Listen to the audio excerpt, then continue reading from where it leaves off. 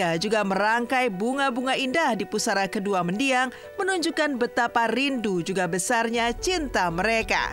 Bahkan keluarga juga sampai membawa piala untuk di makam yang baru saja mendiang dapatkan. Maka inilah liputan eksklusif Tim Silet.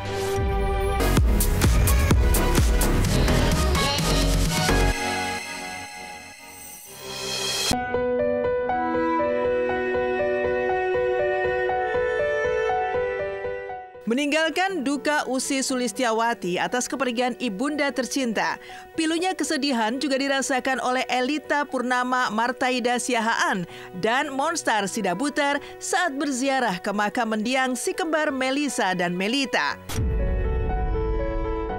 Tangis air mata mengiringi doa-doa mereka mengenang 4 tahun kepergian Melisa, juga 8 bulan meninggalnya Melita yang masih menyisakan kepiluan mendalam di hati. Tak hanya keluarga, beberapa fans bahkan turut hadir ke makam, menganggap si kembar sebagai anak sendiri dan menghargai talenta luar biasa mereka yang dulu merupakan jebolan Indonesian Idol. Selain berdoa, keluarga juga merangkai bunga-bunga indah di pusara kedua mendiang, menunjukkan betapa rindu juga besarnya cinta mereka. Bahkan keluarga juga sampai membawa piala untuk di makam yang baru saja mendiang dapatkan. Maka inilah liputan eksklusif Tim Silet.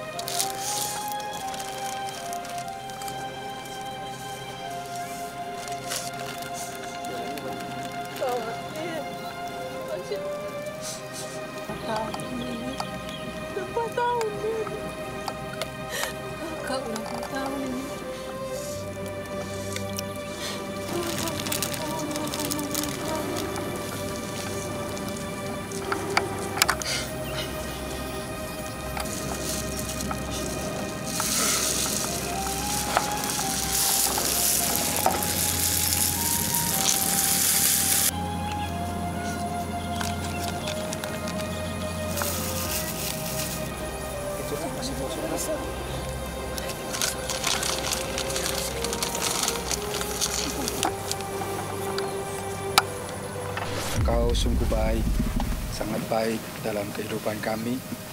Terlebih saat ini Tuhan, kami berkumpul di tempat ini, yaitu Ibu Syara, Melisa, Melita. Melisa telah kau panggil 4 tahun, tanggal 8 Desember 2020, tanggal 8 Desember 2024. Melita tanggal 8 April 2024. Sekarang tanggal 8 Desember 2024, sudah 8 bulan. Setiap kami ke sini selalu ada bunga baru.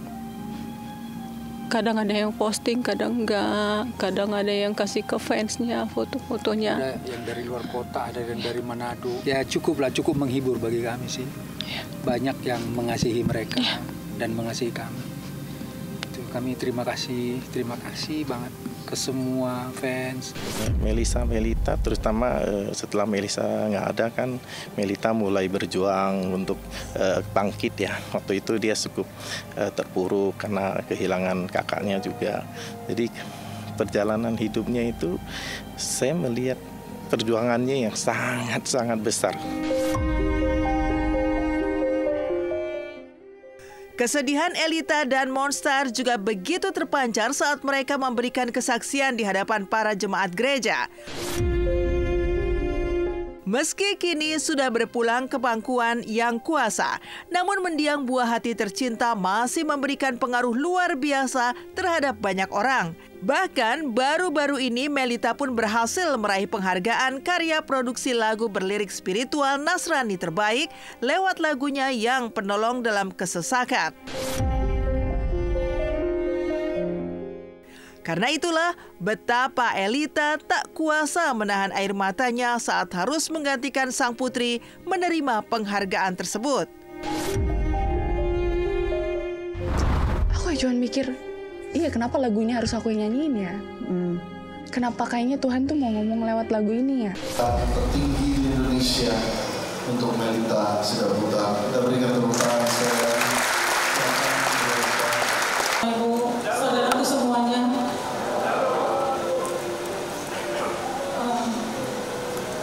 Puji Tuhan, kami masih bisa berdiri tegak sampai hari ini. Semua karena kebaikan Tuhan. Bukan karena kuat dan gagah kami, tapi karena kasih-Nya. Dia baik. Dia memampukan kami untuk tetap mencari Tuhan dengan sungguh-sungguh. Sebetulnya sih berat ya, berat banget. Tapi karena tadi di ibadah memang, karena kami kan di Melita ini kan dulu di apa? Di Impact Musik Indonesia. Impact Musik. Jadi tadi di gereja itu memang yang punya Impact Musik. Hubungan kami sangat baik. Walaupun Melita sudah putus kontrak, tapi hubungan kami selalu baik. Nah, jadi karena Piala AMI Award ini tidak terlepas dari itu, jadi kami diminta untuk bersaksi bahwa ini loh, walaupun Melita sudah berpulang, sudah di sorga, tapi Tuhan masih berkarya. Kehilangan buah hati tercinta tentu bukanlah hal yang mudah bagi mereka yang ditinggalkan. Meski sudah ikhlas atas takdir Sang Pencipta, namun kerinduan masih sangat terasa di hati Elita dan Monstar, apalagi jelang Hari Raya Natal. Biasanya bulan Desember adalah bulan tersibuk karena keempat anak mereka selalu melakukan pelayanan di gereja. Rumah yang biasanya ramai dengan keceriaan Melita dan Melisa yang heboh menyambut Natal juga menghias pohon Natal, kini terasa sepi, bahkan menjadi Natal paling sedih. Keduanya kini sudah di surga, momen-momen berharga bersama mereka itulah yang paling dirindukan oleh Elita. Sangat rindu. Kalau dibilang rindu, sangat rindu. Karena anak kami kan empat-empatnya pelayanan. Di Desember itu pasti sibuk banget persiapan-persiapan Natal. Persiapan-persiapan itu kalau kita dengar di media ada persiapan mau Natal, anak saya udah nggak di situ. Itu sedih banget pasti. Momen Natal kan momen berkumpul keluarga, momen bareng ke gereja, bareng berkumpul liburan gitu. Tapi momen kami udah nggak ada, udah nggak lengkap kaminya, udah berkurang 2. Tidak dipungkiri, Elita dan Monstar mengaku masih mengingat bagaimana Melita menghembuskan nafas terakhir di rumah sakit karena pembekakan katup jantung. Sambil menahan tangis, Elita bercerita bahwa saat itu semua terjadi sangat cepat. Pagi harinya mereka masih bercanda dan ngobrol, namun tiba-tiba Melita drop hingga harus dirawat di rumah sakit dengan alat-alat yang terpasang sebelum akhirnya meninggal beberapa jam kemudian. Begitu juga ketika Elita mengenang Melisa yang meninggal di pundaknya setelah mengeluh sakit kepala di kamar mandi dan meninggal karena gagal jantung. Cepet banget. Pagi-pagi jam 6:30 ya Pak, ke rumah sakit. Masih ngobrol, masih bercanda. Sampai di rumah sakit, masih ngobrol. Aku sama Ronald, abangnya. Masih ngobrol, masih bercanda, tapi udah dipasangin alat. Terakhir, dokternya bilang, maaf, Bu, Pak, Kak Melitanya udah kritis. Gitu. Tapi pas di situ, dokternya bilang, Kak Melitanya kritis. Didorong ke itu, ruang tindakan. Kami keluar.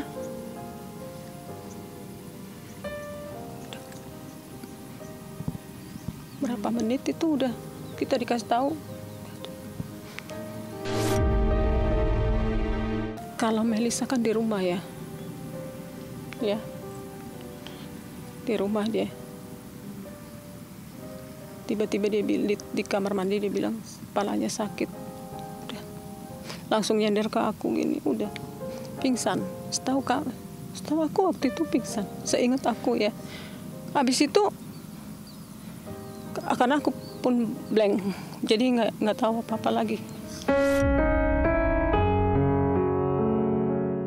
Sementara itu, untuk mengobati rasa rindu, Elita bahkan selalu menggunakan barang-barang peninggalan Melisa dan Melita seperti baju, jam tangan, gelang, hingga sepatu, meskipun ukurannya kekecilan. Ini gelangnya Melita. Sepatunya karena nggak muat, dia 37, tante 39. Kalau dipakai sakit sebenarnya, tapi tante kadang pakai. Bajunya juga ya? Bukan seperti anak yang spesial banget anak bagi yang kami. Istilahnya hasil dari doa, anak kebanggaan, adik kebanggaan bagi kakak-kakaknya, terus cucu kebanggaan dari opungnya. Karena kan cuman kami yang ada yang kembar, dari sisi saya sama sisi istri juga begitu. Sebagai orang beriman, tante percaya, dan anak-anak juga semua pelayanan, mereka pelayanan. Tante percaya hidup memang di dunia ini cuma sebentar, cuma numpang. Suatu saat tante juga akan pulang dan akan bertemu mereka kembali.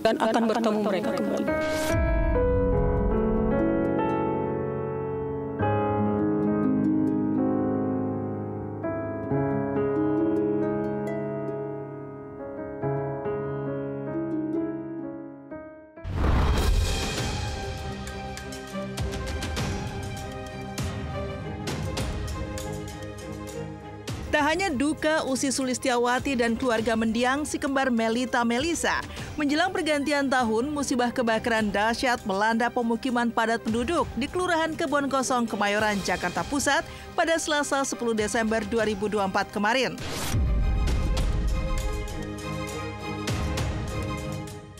Dalam rekaman video yang beredar di media sosial, memperlihatkan betapa mencekamnya saat si jago merah dengan cepat melahap hingga ratusan rumah warga.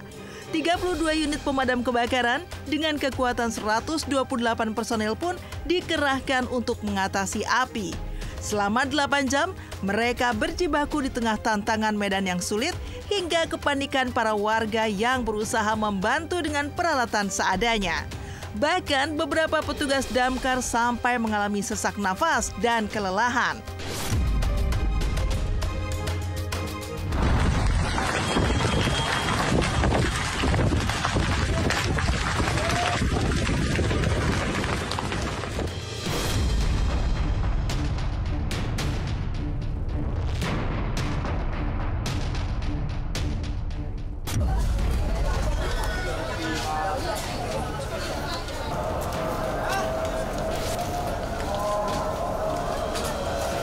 Saya bangun tidur, Pak, kan masih tidur jam segitu lah. Orang-orang pada kebakaran. Saya buka pintu udah pada hambur-hamburan, pada ini udah pada alang-aling kemana-mana. Jadi saya keluar, ya udah baju ini yang dipakai. Ada beberapa pemadam udah datang ya, pas jam segitu pemadam udah datang.